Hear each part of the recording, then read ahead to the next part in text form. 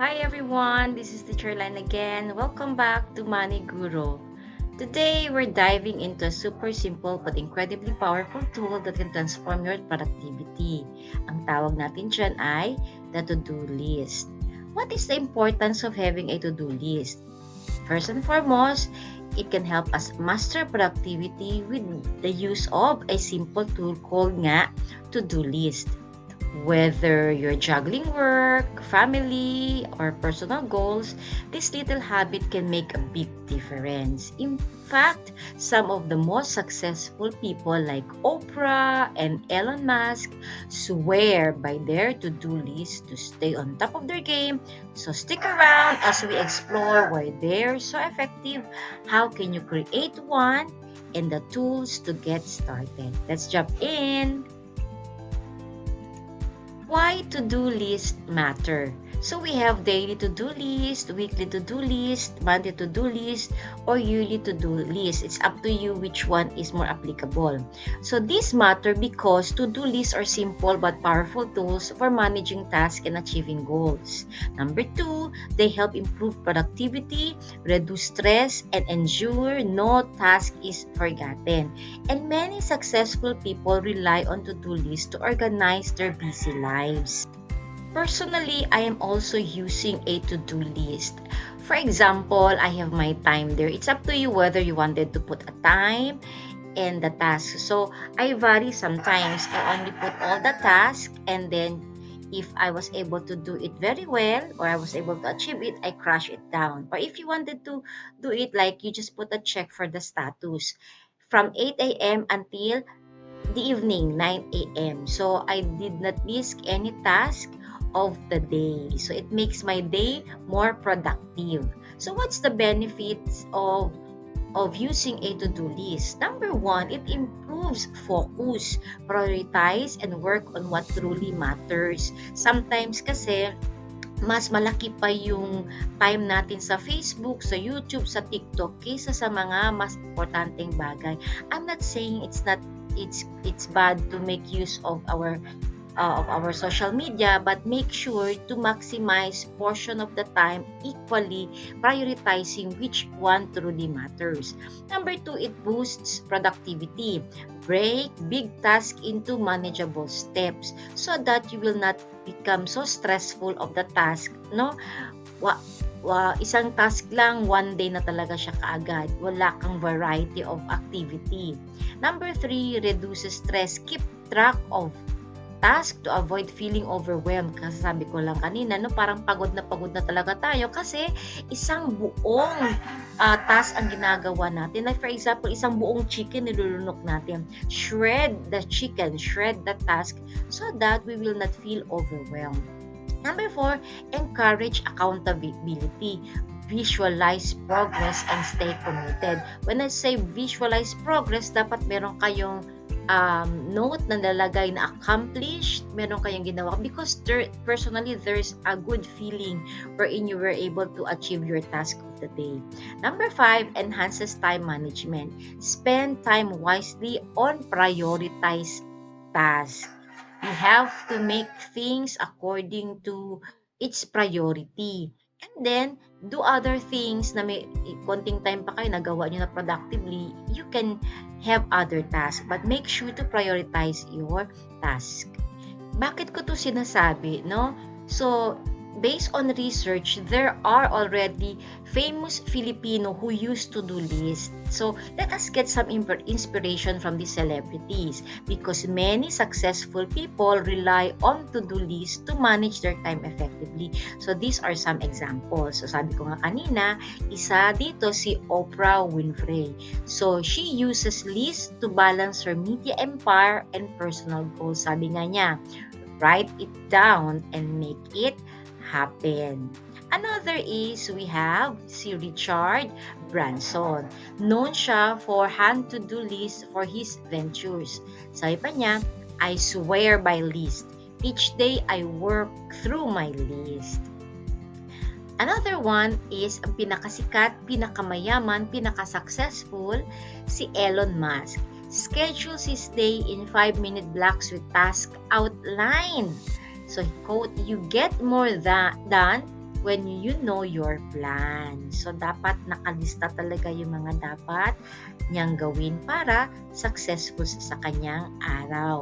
Next, we have Taylor Swift.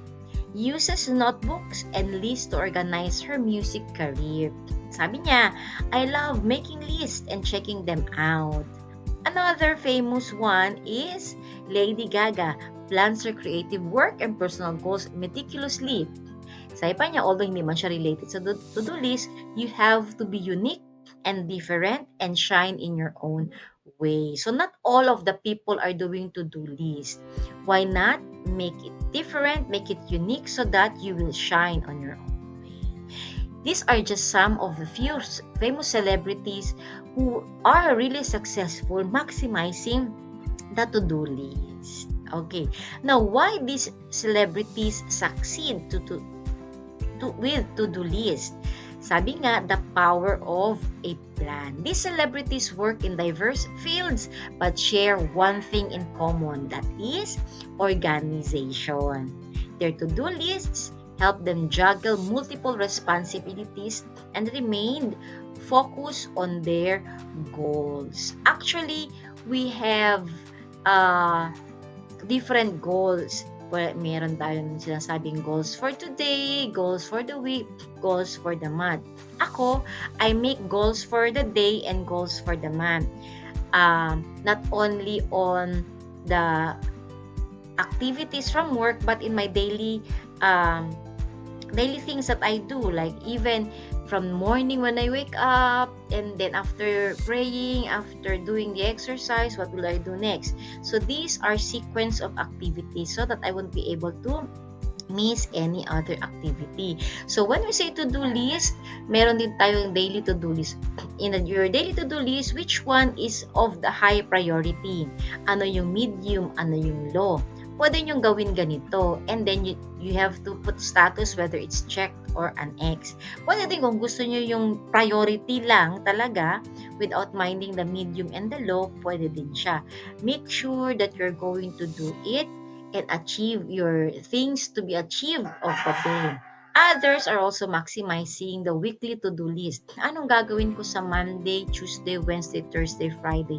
What are my expectations within the week? Scheduling is also important so that you would be able to miss important details, important activities on your weekdays. Others are making use of the monthly to-do list. Okay, week 1 until Saturday, week 2 until the last week of the month. And you may crush it or you may highlight the the activities achieved so that you will feel, happy na na-achieve mo siya. Others are making use as well the yearly to-do list. Ano kaya budgeting, pwede din dito. January, sa sahod ko, ano yung mga expectations, ano yung mga pwede kong bilhin for the month, and then other delayed gratification sa November na lang, sa December na lang. So this is your yearly to-do list. Okay, ano yung lesson natin dito? No? Sabi nga, no, if others was able to make it successfully, if it works for them, it can work for us too. Ako personally, I'm doing this. I can just write in a piece of paper and write it in my wallet. So every time I do an activity, I check them once in a while whether achieved or not achieved. Sometimes kasi may mga intervening factors like yung mga visitors coming in, hindi siya part sa to-do list. Others are inviting us for some activities but it's not in the list. We might either say no for the meantime and focus on the most important thing according to the list. No, kapag nabasa po natin yung book ni James Clear, yung Atomic Habits, sabi nga, tiny changes make a big difference. So 1% better every day. No, improve it by 1%. You will get a significant increase when you put them all together. Kapag ilalagay natin to sa mathematics, na kung saan if you can get 1% better each day for 1 year, you'll end up 37 times better by the time you're done. Personally, I did this and this is very helpful to me. No? With this, I hope this information of making the to-do list will at least benefit you. You can start now and find out yourself how beautiful it is to track down the activities, including your finances. Again, have a blessed day and always Money Guru. Thank you.